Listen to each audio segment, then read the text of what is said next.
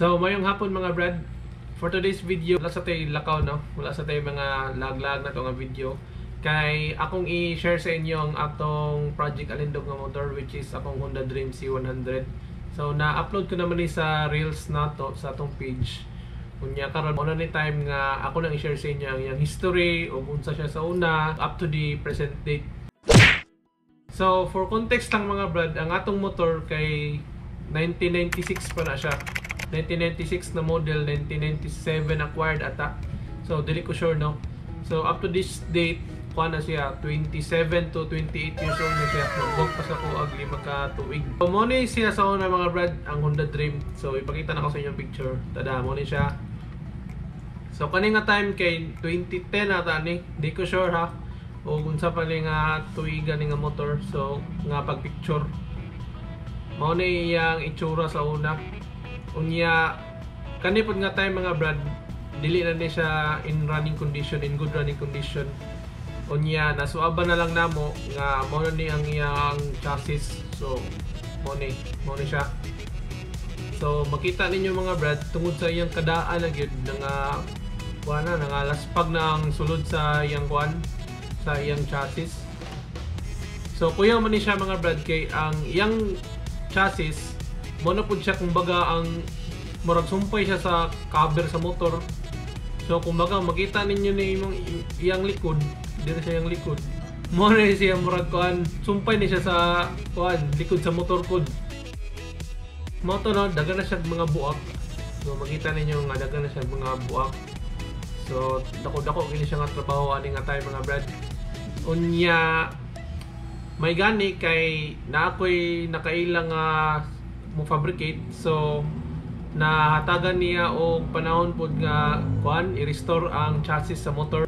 Mo ni yang nahimo sa tong motor. So okay, pakita sa inyo mo ni siya kani nga time na sumpay na niya ang chassis nga nabuak. Kumbaga gihimuan gyud niya og kuan ba kanang bag-o gyud nga railings bitaw sa iyang chassis. Daw kay siya daot mga brad, dili lang kay sa likod nga chassis ang nadaot kundi napod diri sa atubangan.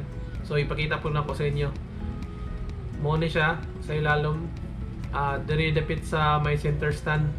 So kani nga ilalom napod siya mga buslot. So inga na siya kadaot sa una ang atong motor. Unya hantod sa niabot ang panahon nga ato na siyang napa-repaint. So mo na ni siya karon. I mean mo na ni after atong pagkuha nato, pagpaayo sa chassis, ato ding ipa-repaint ang iyang chassis. So ang mga motor sa una, unlike karon nga ang color sa chassis is either silver or black. Sa una, kung unsay color sa motor, mo po yung color niya sa yung chassis. So ang sa case sa itong Honda Dream, pula siya pagpalit sa una. So pula na lang po ang atong gipa-color sa chassis. Kay kani nga time nasayop ko ani kay gipauna na ko og pa-repaint ang iyang cover. So money, akong ipagyan sa inyo, money ang pagpa-repaint na ko sa iyang cover sa una. So kaning mga covers mga brad, original pa po ni siya, tanan original. I-repaint lang nato, gipa-repaint nato. So isa na sa nakasayop sa akong decision sa una kay og makapili pa man unta kog lain nga color aside sa red, pero kay naka-repaint naman tag red sa atong cover, so stick pud ta nga red pud ang atong chassis.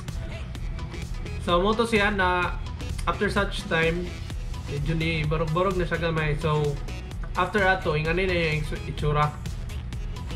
So kani siya nga picture, medyo mura na siya brand new tanawon. And for context lang po day, member po ko sa 17 Culture PH. So kaniya mong grupo more on Thai concept ni siya. So dili na ako i-further discuss ang mga categories sa Thai concept kay makita naman ninyo na sa Facebook, sa Reels. Mo man ay uso karon diri gud sa Pilipinas ug diri pud sa ato. Anyways, mura na siya kuan, mura na siya bag-o. Pero napay mga kuan ani nga time, napay mga ginagmay nga mga taya bitaw. Kinahanglan gid siya second motion bitaw nga pag kuan kulikot sa ilalom kay lain kay tanawon pod nga nindot kay ang gawas niyang mga ilalom napagyapoy ng pabilin nga taya. So after pipila ka months kay na wala man ta diri sa balay kay na mantag bukid nun. Medyo nabiyaan ako ang atong project, nabiyaan nato ang atong motor. As of today, muna itsura sa atong dream. Muna ni siya. Palitan na itong mga covers. So, napokoy video karon nga i-share sa inyo. So, muna akong video sa inyo ha mga brad. Palitan na ito siya mga stainless na mga gamit. So, from bolts, nuts, stainless na siya. Ipalitan po nato siya o kaning iyang kitawagan kaning iyang rear cover, rear cowling cover, main pipe cover, rear fender. So, ipalitan po nato siya chain cover. So, sad to say, ang iyang chain, ang atong napalit na chain cover kay dili paigo sa Honda Dream kay ang swing arm sa Honda Dream ug ang swing arm sa Wave 125 lahi siya og lahi siya og butanganan og bolt. So speaking of swing arm pod, mo nang ningani ang atong motor karon kay ang swing arm niya original paghihapon. I decided nga ipa-restore na lang pod sa akong kailang fabricator. So mo nang walay swing arm karon ang atong Dream kay toa karon nga atong ipa-restore kay katong swing arm taya ako kayo unya daganag moto dagag taya, dagag putol sa ilalom, dagag bangag sa ilalom. So mo nang video no. So makita ninyo mo na ang iyang case mo nang atong ipa-restore na lang pod nya hantod karon wala pa nahuman. Unya atong swing arm pod ipa-repaint pa pod to after pag-restore ato dito, i-repaint pa nato to.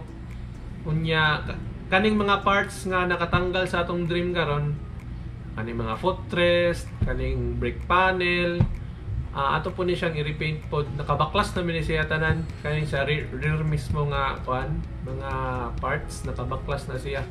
Mo nang karon mo niyang status sa atong Dream putol siya. So wala pa siya nahuman no. Pero actually abot naman tanan parts na to nga mga kulang bitaw nga atong itaod pa sa atong Dream. Nangabot na sila wa pa na to gi-unbox. So sa sunod nga video ato silang ipang-unbox katong mga parts nga kulang sa atong motor. Kay aron after pipila ka adlaw pod maabot tong swing arm, mag-repaint ta. So makadagan na gid balik ang atong motor. So moto siya no, moto ang akong kumbaga recap sa history sa akong motor. Actually dili to akong motor to sa akong papa.